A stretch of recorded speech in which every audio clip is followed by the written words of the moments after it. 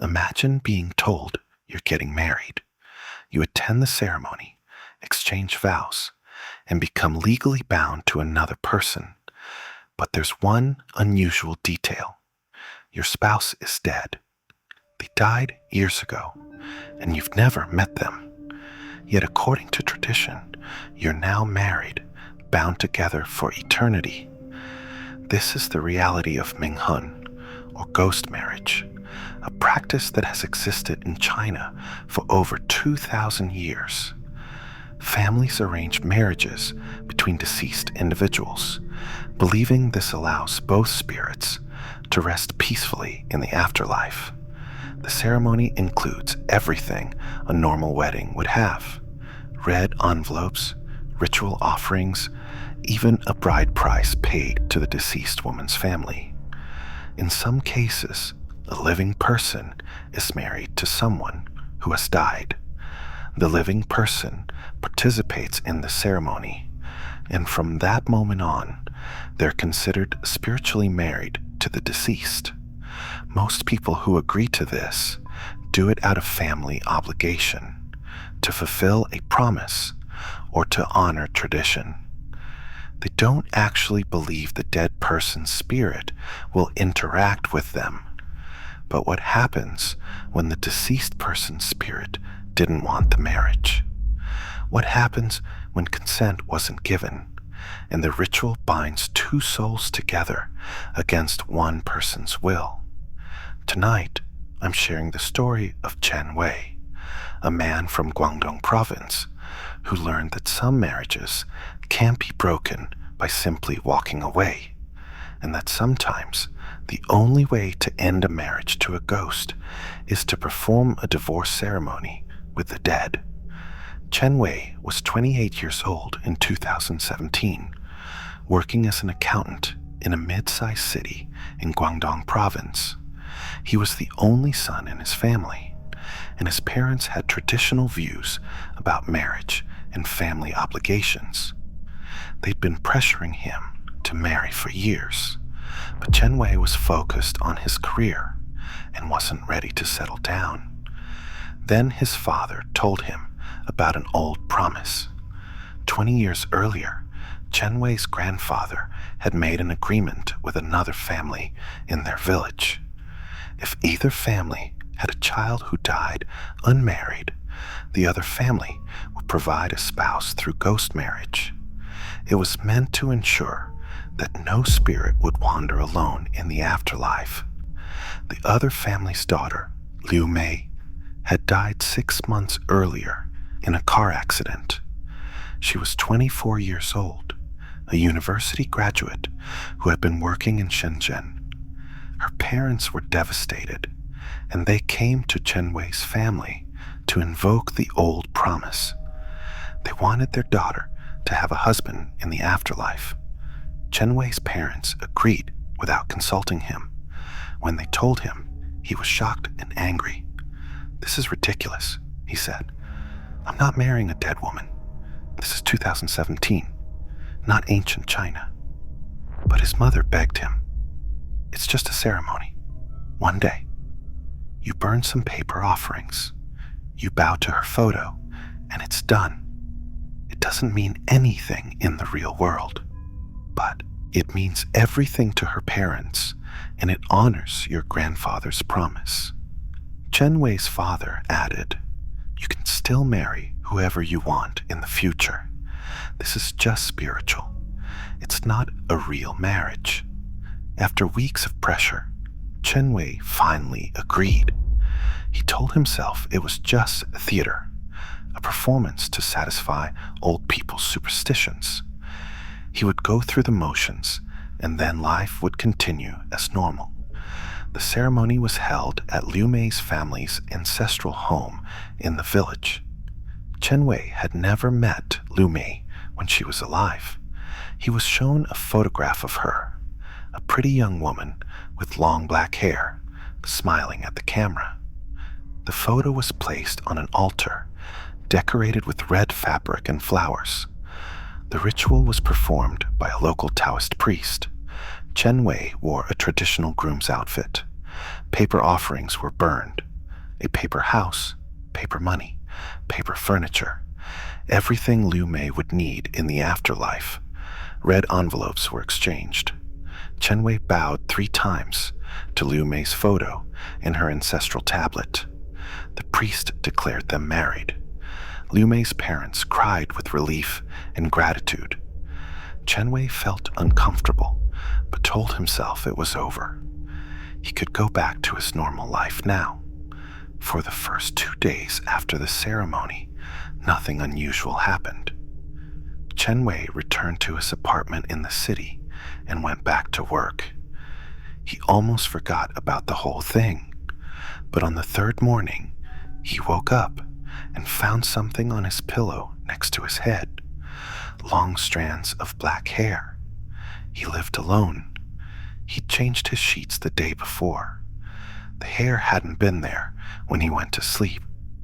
Chen Wei threw the hair away, thinking maybe it had come from his laundry somehow. But the next morning, there was more hair on his pillow, and the morning after that, always long, black strands, always on the pillow next to where his head had been. Then he started noticing the smell. Every morning when he woke up, his apartment smelled strongly of jasmine perfume. He didn't own any perfume. His windows were closed, but the scent was unmistakable, sweet and floral, filling his bedroom. Chen Wei tried to rationalize it. Maybe the smell was coming from a neighbor's apartment. Maybe the hair was from a previous tenant somehow. But he couldn't explain what happened with his photos. He'd taken several selfies at work and with friends in the days after the ceremony. When he looked at them later, he noticed something in the background of every photo taken after the ghost marriage. A blurry, white figure. Sometimes it looked like it was standing behind him.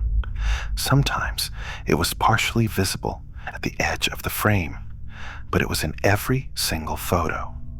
Chen Wei showed the photos to his co-worker. "Do you see this? What is this?" His co-worker stared at the screen. "That's creepy. It looks like a person in white clothes, but there was no one standing there when you took these."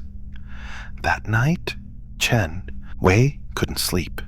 He lay in bed, staring at the ceiling, trying to convince himself there was a rational explanation for everything. The hair, the perfume, the figure in his photos. It all had to be coincidence. Then, at exactly midnight, he felt the temperature in his bedroom drop. His breath became visible in the suddenly cold air, and at the foot of his bed, a figure began to materialize.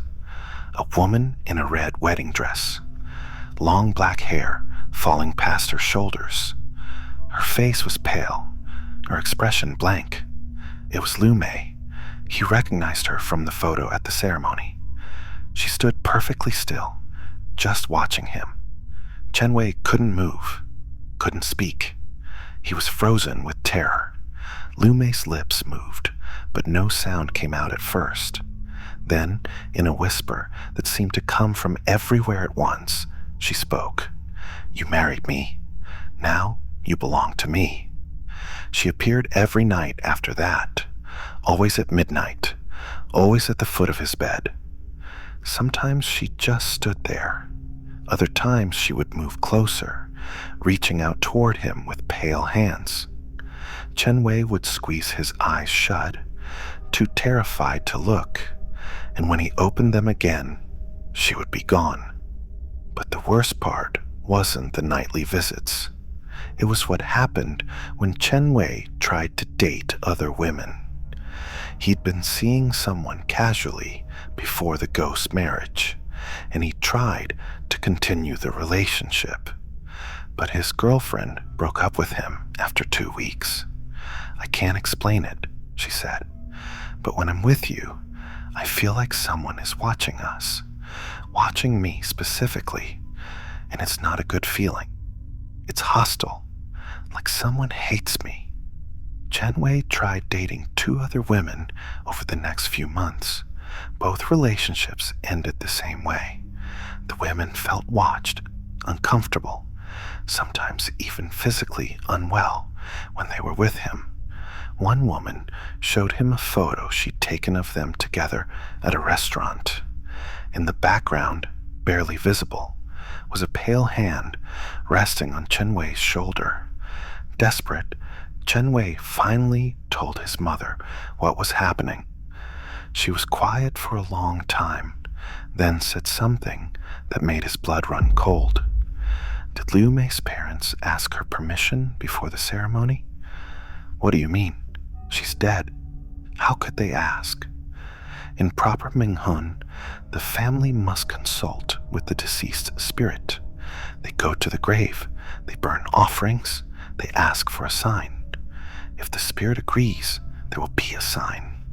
A bird landing nearby, a butterfly, something to show consent. Did they do this? Chen Wei realized he didn't know. I don't think so. They just arranged it with you and Dad. His mother's face went pale. Then they bound her to you without her consent. She's trapped in a marriage she didn't agree to. That's why she's angry. Chen Wei learned that Liu Mei had been a modern young woman. She'd left the village to work in the city, had dreams of traveling abroad, had told her friends she didn't believe in the old traditions. Her parents, traditional and conservative, had been disappointed by her modern views. When she died, they'd seen the ghost marriage as a way to make her conform to their wishes, even in death. But Liu Mei's spirit hadn't agreed. She was bound to Chen Wei against her will, and her anger was growing stronger. Chen Wei's mother told him there was only one solution, a divorce ceremony. But finding a Taoist priest willing to perform such a ritual was difficult. Most priests refused, saying it was too dangerous to interfere with spirit marriages. Finally, after months of searching, Chen Wei found an elderly priest in rural Fujian province who specialized in unusual cases. The divorce ceremony required Chen Wei to return to Liu Mei's grave. The priest performed elaborate rituals, chanting prayers and burning special paper documents, divorce papers for the spirit world. Chen Wei had to formally release Liu Mei from the marriage bond and ask her forgiveness for the binding that had been done without her consent. During the ceremony, as the divorce papers burned, Chen Wei felt a sudden, intense, cold wind. For just a moment, he saw Liu Mei's spirit clearly, not angry anymore, but sad. Her expression was one of relief, mixed with sorrow. Then she faded away as the last of the papers turned to ash. The priest told Chen Wei, "She's free now, and so are you." After that night, the phenomena stopped. No more hair on his pillow, no more jasmine perfume, no more figure in his photos, no more midnight visits. Liu Mei's spirit was finally at rest, released from a marriage she had never wanted. Chen Wei never participated in any traditional ceremonies again without asking every possible question, and he became an advocate in his community for ensuring that even ancient traditions respect the wishes and autonomy of everyone involved, living or dead, because he learned that consent matters in every relationship, even marriages that cross the boundary between life and death. Chen Wei's story highlights an important aspect of the Minghun tradition that's often overlooked: consent. In proper ghost marriage ceremonies, both parties, or their families, must agree to the union. The family of the deceased is supposed to consult the spirit, looking for signs of acceptance before proceeding with the ritual. When this step is skipped, when a spirit is bound without permission, Chinese folklore suggests the consequences can be severe. The spirit may become restless, angry, or even vengeful. This isn't because the spirit is evil, but because it's trapped in a situation it never agreed to. The practice of Minghun continues in some rural parts of China, though it's becoming increasingly controversial. Modern Chinese people, especially younger generations, often view it as an outdated superstition. Yet in traditional communities, the belief remains strong that unmarried death brings misfortune and that ghost marriages provide spiritual completion. There's also a darker side to this tradition. In recent years, there have been criminal cases of corpse theft in rural China, where bodies of young women are stolen from morgues or graves and sold for ghost marriages. This illegal trade exploits both grieving families and traditional beliefs for profit. What do you think about the tradition of ghost marriage? Should ancient practices be preserved even when they conflict with modern values? And do you believe consent matters, even for the deceased? Let us know in the comments below. And don't forget to subscribe for more true ghost stories from across Asia.